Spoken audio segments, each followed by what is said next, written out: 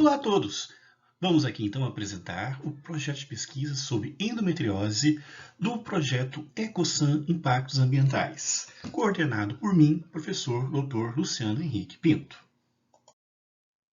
Inicialmente vamos falar do projeto EcoSan, que trata-se de um projeto integrado de ensino, pesquisa e extensão, do qual a questão da endometriose vem sendo agora investigada como desdobramento de questões que foram abordadas no impacto ambiental e aumento da incidência dessa doença. Esse nosso projeto tem como missão principal garantir que as futuras gerações sejam mais felizes que a nossa, trabalhando com a missão de preparar a humanidade futura para um meio ambiente que promova saúde e bem-estar de todos. E nós temos também os nossos valores que a gente cultiva em todas as nossas ações. Nossos valores são pensar, pesquisar, ensinar e levar à sociedade ações pautadas nas seguintes características. Tudo dentro da ética e dos aspectos legais, que é levar coisas realizáveis para a sociedade, que seja proveitoso e pactuável entre as partes interessadas.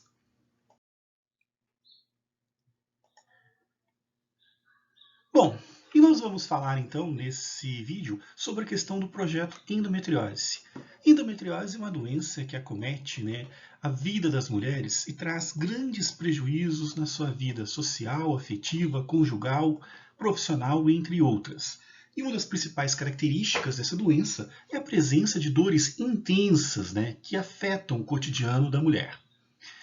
E estas dores advêm da presença de tecido endometrial fora da cavidade uterina, dentro de um processo patológico que tem várias etiologias, mas hoje se sabe que, devido à presença de interferentes endócrinos no meio ambiente, vem fazendo com que a incidência desta condição clínica venha aumentando consideravelmente entre as mulheres.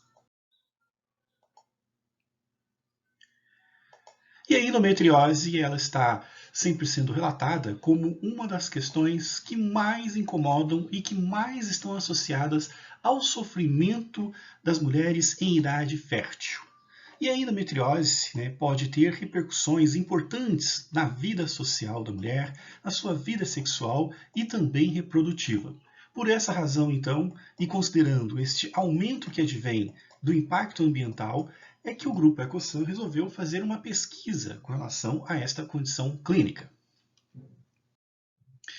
E o objetivo desta apresentação é mostrar um pouco sobre esta condição clínica para que se entenda melhor quais são os objetivos, as ideias e a proposta do projeto de pesquisa dentro da questão da endometriose. E primeiramente temos que entender a questão fisiopatológica da endometriose. Então o que nós temos do ponto de vista fisiopatológico? Nós temos os ovários presentes nas mulheres, do qual é um órgão responsável pela liberação dos óvulos que deverão ser fecundados durante o ato sexual. Daí o que acontece? Os óvulos eles se encontram num estado ainda latente e precisam da ação de um hormônio, chamado hormônio FSH, hormônio folículo estimulante. Esse hormônio, então, tem a função de fazer a maturação dos óvulos, deixá-los prontos para serem liberados e fecundados. E a liberação do óvulo está associado ainda a outro hormônio, que seria o hormônio LH, hormônio luteinizante, que durante o ciclo fértil da mulher, ele então tem a concentração aumentada durante o ciclo menstrual para realizar a liberação do óvulo. E uma vez então que o óvulo é liberado, aumenta-se a concentração do hormônio progesterona. E esse hormônio progesterona é o responsável pela formação do endométrio, que é a camada altamente vascularizada que deverá receber o óvulo fecundado no processo de nidação e ali se iniciar o desenvolvimento de uma nova vida. Porém, quando não existe a fecundação, o que acaba acontecendo? A quantidade de progesterona, então, cai. Uma vez que a progesterona cai, o endométrio, então, se descama e é eliminado. E esse é um processo que acontece mensalmente com as mulheres. Porém, o que pode acontecer?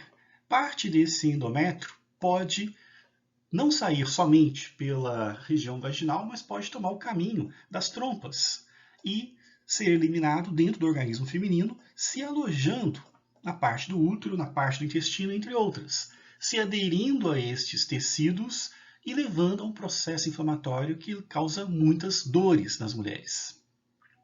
Então, esta questão, né, desse tecido endometrial que toma o caminho pelas trompas e se aloja em outros tecidos, né, dentro do organismo da mulher, que é o ponto-chave, né, do desenvolvimento desta condição clínica chamada endometriose, que resumidamente seria tecido endometrial vivo fora da cavidade uterina, levando a processos inflamatórios. Dentro desta questão então fisiopatológica, nós podemos então conceituar o que vem a ser então a endometriose. Então, a endometriose é a presença, então, como foi dito, de tecido endometrial funcionante fora da cavidade uterina.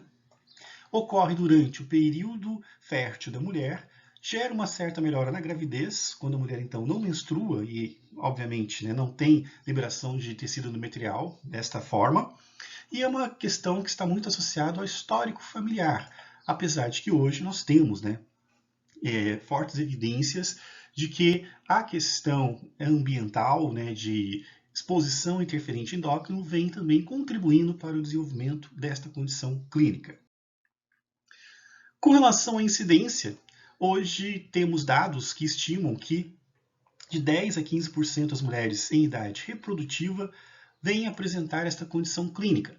Porém, novos estudos vêm sendo feitos porque se sabe que com a questão do advento dos interferentes endócrinos presentes, principalmente nas águas, este número está aumentando.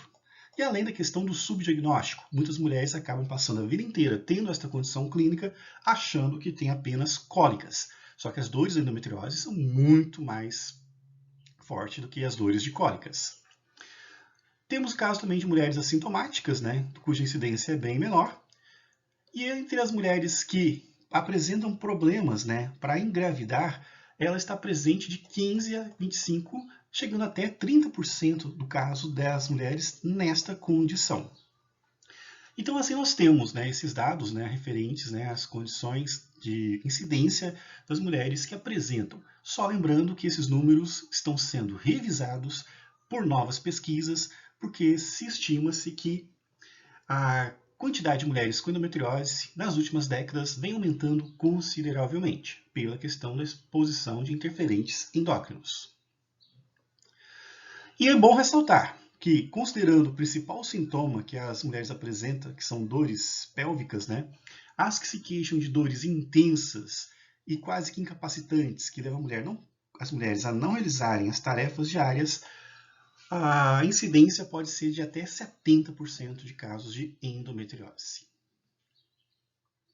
E como foi mencionado, é uma condição clínica que vem aumentando muito durante as décadas. Só para a gente ter uma ideia, desde 2002 e 2004 já se tem estudos falando desta relação entre presença de interferentes endócrinos nas águas e o aumento dos casos de endometriose. Com relação à localização mais frequente desses tecidos endometriais fora da cavidade uterina, o que a gente encontra? Uma distribuição diversa, sendo que esse tecido endometrial pode estar localizado no ligamento útero-sacro, também nos próprios ovários, além da escavação reto-uterina, da escavação vésico-uterina, no ligamento largo e também na parte serosa uterina e tubária. Além disso, também é encontrado no intestino. Com relação à etiologia, ou seja, a origem desta condição clínica, nós temos diversas teorias, né, que tentam explicar os motivos das mulheres desenvolverem, né, esta situação de tecido endometrial fora da cavidade uterina. Temos desde a teoria de Sampson, que é uma das mais comentadas, que fala da questão do fluxo retrógrado, que é a questão do endométrio, ao invés de sair pela vagina, sair pelas trompas e alcançar os outros tecidos, e assim então se fixar e levar a processos inflamatórios, até mesmo uma teoria de disseminação hemática, que fala da endometriose à distância, e também da teoria da metaplasia celômica. Mas o certo é que outros fatores são necessários para que a endometriose se estabeleça. dentre os quais o endócrino, muito influenciado pela questão dos interferentes endócrinos, que é um dos focos da nossa pesquisa, além da questão imunológica, que tem a ver com a nova rotina que as mulheres adotam, do qual se tem situações de estresse, depressão, entre outras situações clínicas que afetam o sistema imunológico, além das condições mais clássicas, como a questão genética e até mesmo as questões iatrogênicas. Dentre essas questões, o que vem sendo foco de estudos, e é um dos nossos pontos que a gente acaba investigando, é justamente a questão da ocorrência de alterações endócrinas que contribuem para os casos de endometriose, além de questões também associadas à própria rotina das mulheres, que podem levar a situações psicológicas, mentais, que possam afetar o sistema imunológico. São situações previsíveis e talvez passíveis de prevenção que devem ser exploradas para impedir que novas mulheres possam desenvolver ou ter quadros mais complexos relativos à questão da endometriose. E com relação à patologia em si da endometriose, a questão da menstruação retrógrada, que é aquela que sai pelas trompas, é um fenômeno que é considerado até um certo ponto normal, e boa parte das mulheres apresentam esta condição clínica. Só que, quando se tem esse fenômeno da menstruação retrógrada, o sistema imunológico, então, é o responsável por eliminar esse tecido endometrial fora da cavidade uterina, do qual, então, se obtém a eliminação do mesmo e impede que a mulher desenvolva esse tipo de problema. Porém, quando existe também uma alteração no sistema imunológico, juntamente com a alteração no sistema endócrino, a chance de eliminar esse tecido endometrial acaba sendo menor e a mulher, então, acaba apresentando uma grande chance de desenvolver esta endometriose. Fica claro, então, uma relação em conjunto da questão do sistema imunológico estar funcionando bem e o sistema endócrino reprodutivo feminino estar também funcionando adequadamente. E qualquer coisa que influa na questão do sistema imunológico e também na questão endócrina pode ser fatores predisponentes ao desenvolvimento ou apresentação de uma endometriose em estágios mais graves.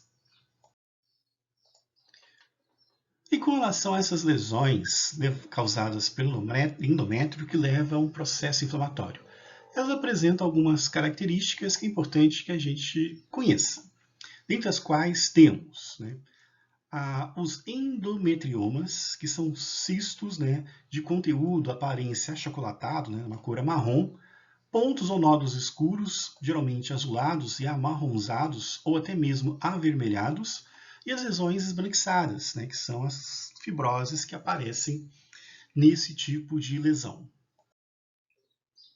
Aqui, então, nós temos alguns exemplos desses tipos de lesões encontrados nas mulheres, do qual são os responsáveis pela questão das fortes dores que as mulheres apresentam e que são o grande incômodo para a sua vida e prejudica a sua qualidade de vida. Aqui mais alguns pontos que a gente pode notar.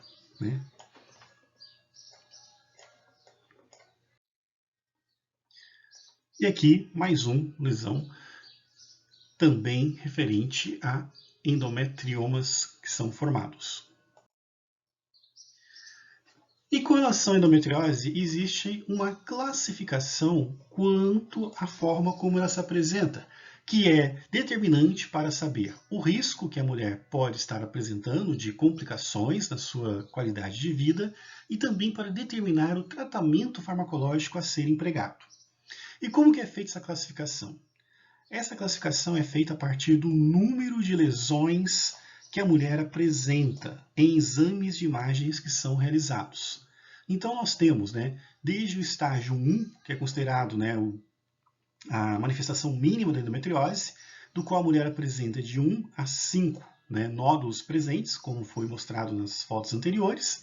O estágio 2, considerado leve, onde a mulher apresenta de 6 a 15. O estágio 3, que é um estágio moderado, de 16 a 40. E o estágio 4, que é considerado estágio grave, que a mulher tem mais de 41 nódulos presentes. Conforme for a classificação que a mulher apresenta no seu diagnóstico, será estabelecido um tratamento farmacológico, que poderá ser menos ou mais agressivo, dependendo do estágio que ela se encontra. Aqui só algumas figuras que mostram a questão de como pode ser a disseminação e o número de nódulos presentes, que varia desde o estágio mínimo, onde não se encontra muitos nódulos presentes, no estágio 2, quando se começa a apresentar alguns nódulos, o 3, e até chegar ao estágio mais severo, onde você tem já uma disseminação grande desses nódulos presentes. E com relação ao diagnóstico, como deve ser feito, então, a identificação desta doença? Primeiramente, pelo quadro clínico que a mulher apresenta. E os sintomas que geralmente as mulheres apresentam são dismenorreia, que é a questão de ter dor ao ato da menstruação, que pode ser secundária ou progressiva, e dor pélvica crônica, que é o que mais incomoda, o que mais chama a atenção das mulheres, e é o que mais realmente incomoda e prejudica as mulheres. Na questão do diagnóstico, temos outros aspectos que devem ser considerados. As mulheres geralmente apresentam dificuldade para engravidar, as mulheres apresentam spotting, o sangramento pré-menstrual, tem sintomas urinários e digestivos, como tenesmo, que são dores ao ato da defecação, que geralmente é manifestação do tecido endometrial no intestino, e nem sempre para a intensidade de sintomas se correlaciona com a gravidade da doença. Há situações em que o endométrio é em pouca quantidade, mas alojado em locais não muito desejáveis para a mulher, que leva a maior chance de dores. Por exemplo, o intestino.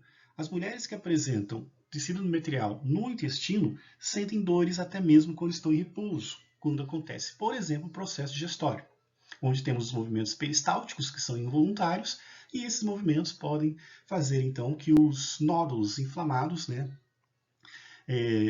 sejam acionados e a mulher sinta bastante dor.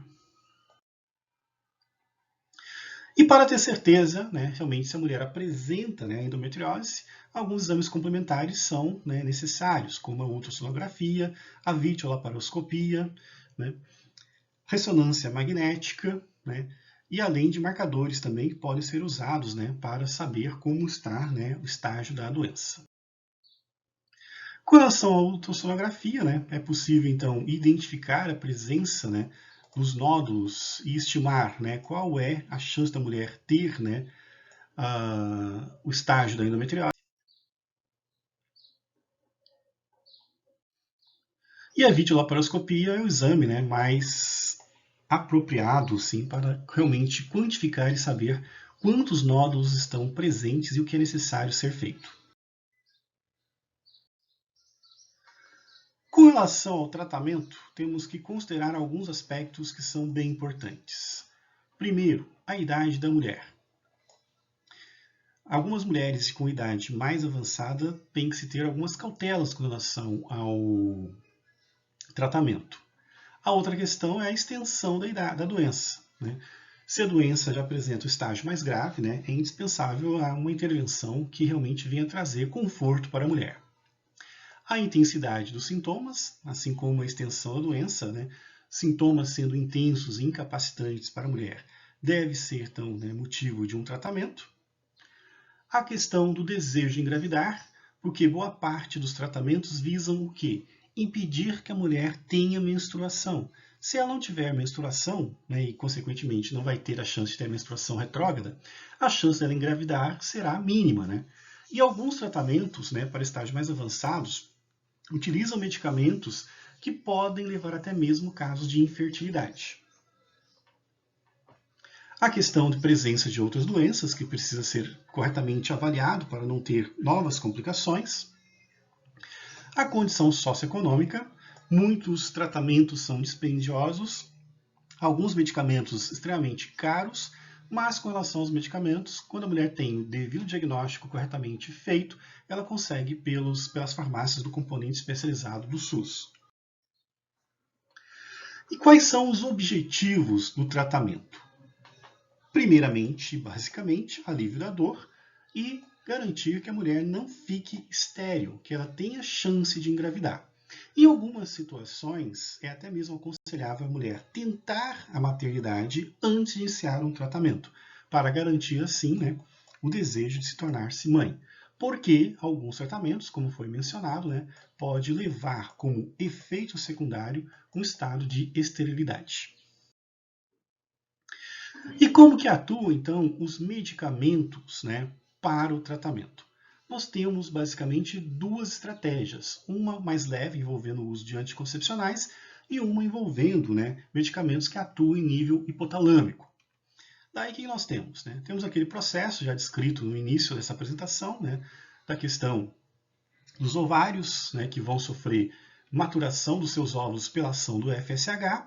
Uma vez então que os óvulos foram devidamente maturados, eles precisam ser liberados, e essa liberação se dá por conta do hormônio luteinizante, que é responsável pela liberação dos óvulos.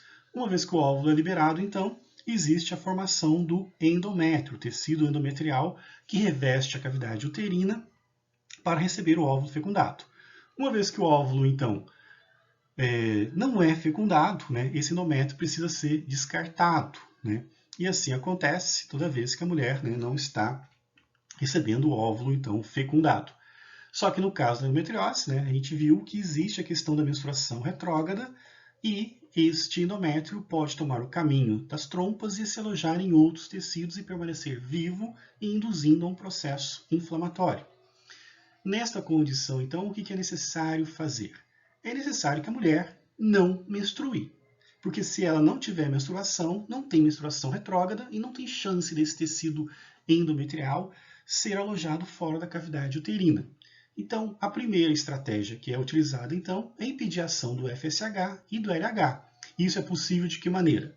Com a utilização de estrógenos presentes em anticoncepcionais, por exemplo, do qual, então, é possível impedir, né, a ação do FSH e do LH.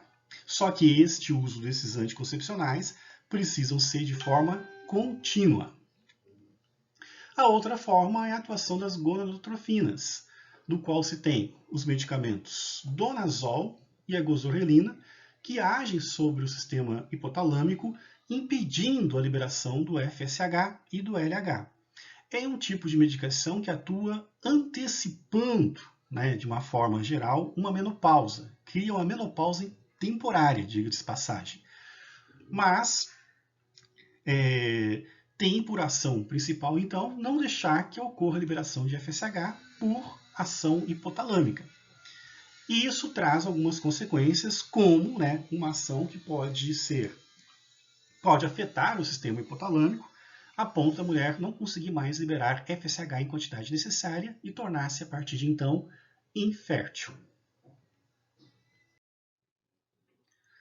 E como se dá a escolha e o emprego desses medicamentos?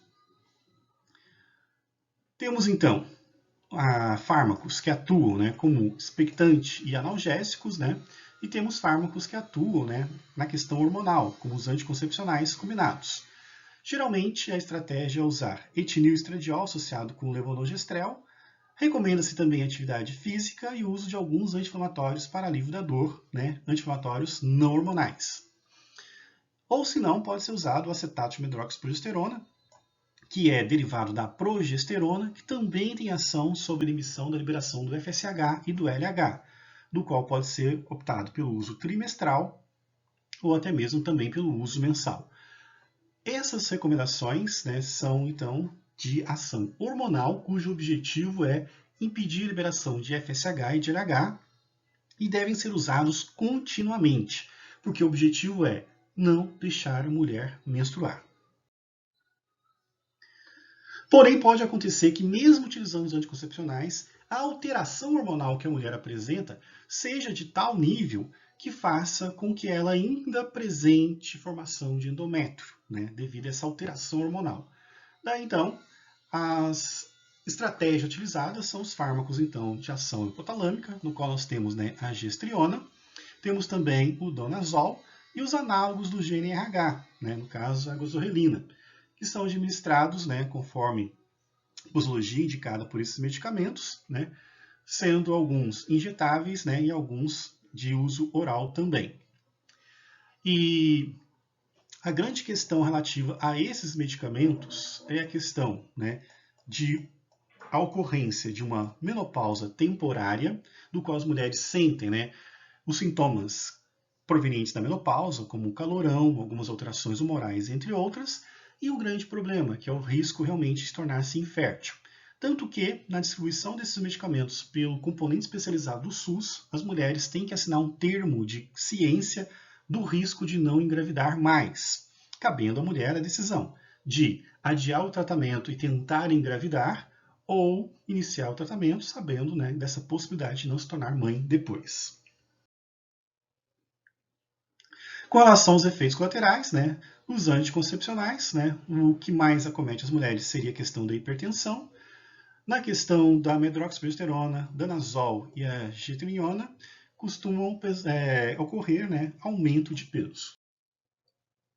Ainda sobre os efeitos colaterais, né, com relação, né, à gestrinona e o donazol, também apresenta-se efeitos androgênicos, como seborreia, acne e aumento da libido. Tem abaixamento do timbre de voz, diminuição do volume das mamas, e os efeitos são reversíveis, né, com a suspensão do tratamento. Com relação aos análogos de GNRH, no caso a gozorelina, o que nós temos como sintomas mais presentes, né? Os semelhantes à menopausa, que é o tipo de medicamento que mais age intensamente nessa questão da sintomatologia de uma menopausa antecipada, do qual você tem fogacho, sudorese, perda da libido e secura da vagina. E também tem que se considerar que as alterações hormonais no uso desse fármaco pode trazer outros problemas. Por exemplo, o uso por mais de 6 meses, né, pode provocar osteoporose, e isso é um fator que deve ser observado durante o tratamento. E temos, por fim, o tratamento cirúrgico, né? Quando você tem, então, estágios mais avançados da doença, tem que ser feito, então, pela videolaparoscopia, né, a eliminação, então, dos nódulos, visto que quando se tem mais de 41 nódulos, né, o tratamento dos farmacológicos, independente de ser, né, hormonais com anticoncepcionais ou hormonais nível hipotalâmico, já não são muito eficientes e ainda existe o risco ainda das recidivas, né? Então, o que se geralmente faz, né, é o tratamento cirúrgico para a eliminação desses nódulos, com posterior tratamento hormonal para impedir a formação de nódulos futuros. E, por fim, a estectomia total, né, com a retirada do útero, do qual este é, de fato, né, o mais radical de todos, do qual traz consequências mais drásticas, né, como, por exemplo, né, a certeza de que a mulher realmente, né, não poderá tornar-se mãe. E na endometriose, dois aspectos são importantes a serem considerados.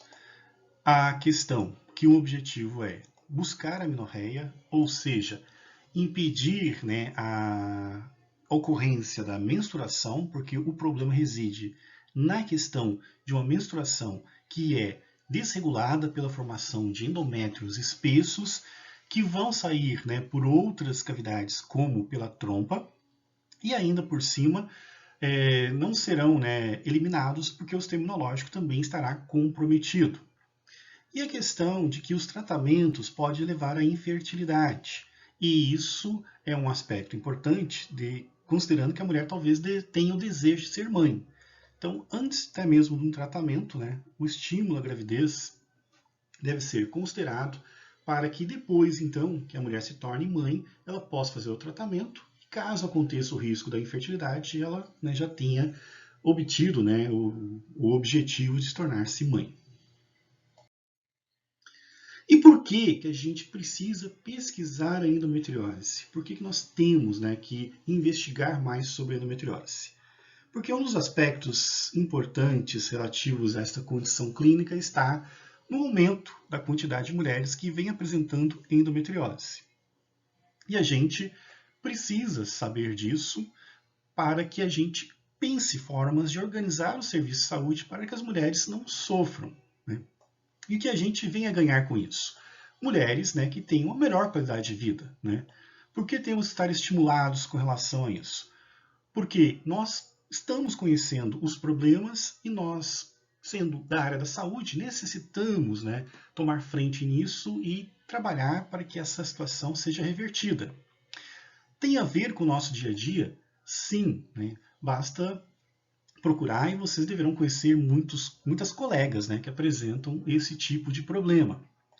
E qual a diferença da gente saber isso? A diferença é que a gente se torna profissionais mais integrados com uma realidade emergente do qual precisa ser trabalhada. Para exemplificar essa questão da endometriose, do número de casos e da questão de um despreparo no sistema de saúde para lidar com isso, vou apresentar para vocês agora, né, um vídeo do qual, né, ilustra bem essa situação do drama das mulheres que apresentam endometriose. Foi a infertilidade que levou Celsa a uma peregrinação sofrida de quase 15 anos. Quantos médicos você consultou, Celsa? Ai, doutor, mais de 15 médicos. Rede pública, convênio, médicos particulares. E nenhum médico desses que você procurou pensou que pudesse ser endometriose? Eu não ouvi de nenhum médico a palavra endometriose. Uma médica começou a gritar na Que eu sala. era estéril. Que era estéril, que tinha que desistir dessa ideia de querer engravidar, que tinha que adotar uma criança que resolveria o problema. Teve um médico, inclusive, que ele falou para eu arrumar um cachorrinho, que eu ia engravidar logo, depois que eu arrumasse esse cachorrinho. E eu saí de lá totalmente frustrada, né? Assim como Raquel, Celsa convive com cólicas fortes. Uns 3 dias antes de menstruar, eu já sinto essas dores, eu já tenho que me precaver com medicação. Eu tomo cerca de uns 15 comprimidos nesse período. No final de 2011, um susto. Fui ao toalete e eu vi que estava saindo sangue pelo meu reto. Eu pensei logo que eu estava com câncer. Meu médico receitou castanha da Índia porque, segundo ele, eu estava com hemorroidas. O sangramento parou, mas voltou no mês seguinte. Celsa ficou internada por uma semana, fez vários exames e continuou sem diagnóstico. Depois de 2 meses, procurou um proctologista, médico especialista em doenças do reto e do ânus. E ele falou, olha, você tem um fluxo de endometriose no intestino. Esse diagnóstico foi feito quando? O ano passado. Você, então, começou a ter cólicas fortes com 17 anos? Sim, nessa idade. E foi receber o diagnóstico de endometriose... Com quase 37 anos. 20 anos mais tarde. 20 anos mais tarde. Aí então nós temos uma situação em que a gente vê o drama que as mulheres podem passar e a questão da demora, né, para estabelecer um diagnóstico. E nesse caso, a mulher que demorou 20 anos. E assim como a mulher dessa reportagem, nós temos várias outras mulheres por aí que estão apresentando quadro de endometriose em função, né, dos impactos ambientais que existem e que colaboram para essa condição clínica e que precisam, né, de um apoio farmacológico, de um tratamento farmacológico adequado e que precisam também, né, de um sistema de saúde mais preparado para lidar com essa situação. É por isso, então, que a gente inicia essa pesquisa, do qual a gente quer, dentre os nossos objetivos, compreender os motivos pelo qual o tratamento, o diagnóstico é tão demorado para ser feito. Assim, então, encerramos essa apresentação sobre a endometriose e algumas condições clínicas associadas relativas ao nosso projeto. Agradecemos, então, a participação de vocês e encerramos com a seguinte mensagem, né? Conseguir que as gerações futuras sejam mais felizes que a nossa será o prêmio mais grandioso a que se possa aspirar. Não verá valor comparável ao cumprimento dessa grande missão que consiste em preparar a humanidade para um futuro melhor. E nesse nosso caso, que a saúde da mulher seja realmente melhorada e que elas tenham melhores condições de tratamento na questão da endometriose e que tenham melhor qualidade de vida. Obrigado, siga a gente nas nossas redes sociais.